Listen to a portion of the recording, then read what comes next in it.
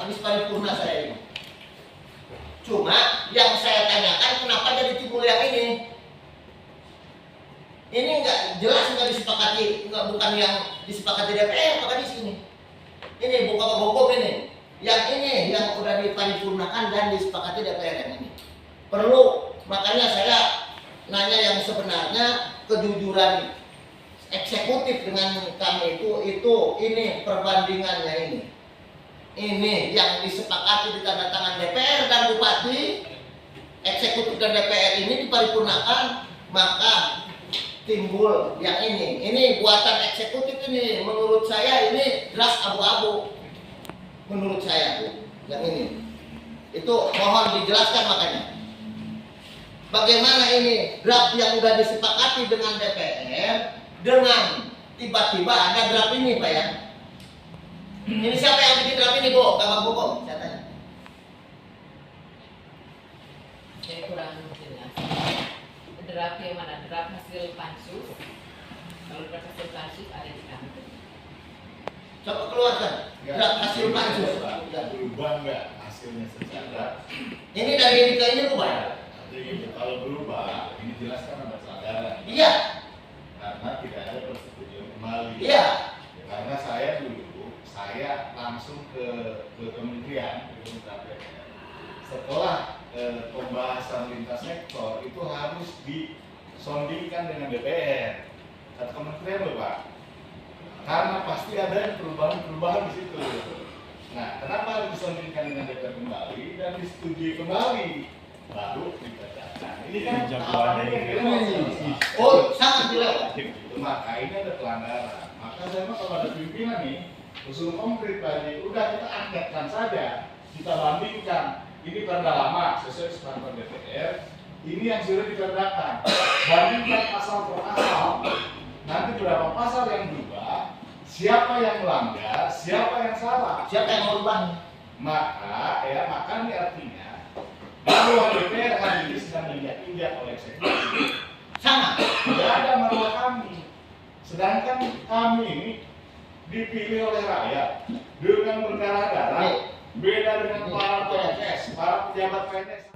Uang nomor 2 yang sudah di lembar daerahkan ya 2024 ini tidak cacat hukum. Ya, kalau dibaca sepintas.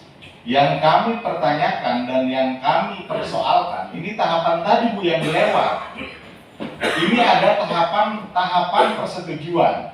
Jadi terkesan pemerintah daerah membuat perda sendiri, Ya. tanpa ada DPR di sana. Kan gitu. Kalau secara regulasi ini yang tadi disampaikan, kalau ini kita sudah sepakat bahwa di Lebak Gedong ada peternakan. Ternyata setelah ada Permentan atau apa segala macam, ini tidak mungkin. Seharusnya itu disampaikan kembali ke DPR bahwa di Lebak Gedong tidak bisa aturannya begini, sehingga tidak ada yang dirugikan. Ini kan sepihak, seolah-olah yang bisa buat perda pemerintahnya cukup tanpa DPR. Maka saya atas nama pribadi bubarkan DPR Lebak. Gak usah ada DPR Lebak. Ngapain ada DPR Lebak? Kalau begitu, buat perda kan sendiri. Jelas kok tupoksi kita, tugas fungsi anggota DPRD itu. Pembuatan perda, pengawasan, budgeting atau penganggaran. Hanya 3 saja fungsi kita. Kalau memang pembuatan perda fungsi tadi, ya tolong dong Kabupaten Lebak, pemerintah Lebak, robah tuh yang ketiga-nya. Jangan ada pembuatan perda khusus Kabupaten Lebak. Perbuk aja. Karena ini ada tahapan yang dilewat, bukan masalah Mahkamah Agung atau petun. Ya, ini ada persoalan, bukan masalah materinya. Ini ada satu tahapan yang dilangkah, tidak ada persetujuan akhir dengan DPRD. Kalau dipetunkan betul, oh ini berubah karena ada aturan-aturan yang lain atau segala macam. Atau mungkin bisa saja ketika kita bedah pasal per pasal, tidak ada aturan itu. Ini hanya sepihak bahwa ini mau dirubah karena ada kepentingan sekelompok orang atau orang-orang tertentu misalkan. Ini yang jelas karena tahapan ada yang dilewat tanpa ada persetujuan akhir dengan DPRD Lebak, maka ya ini kita harus mengambil sikap. Kita sudah diinjak-injak, kita sudah tidak dihargai, kita sudah tidak dianggap, kita sudah dianggap bodoh oleh pemerintah. Sehingga ya masa kita mau kita anggota DPR, oh misalnya DPR Lebak mah tiba-tiba iya Lebak dan lain-lain. Saya rasa bukan masalah petun dan Dewan itu membackup hal-hal ini.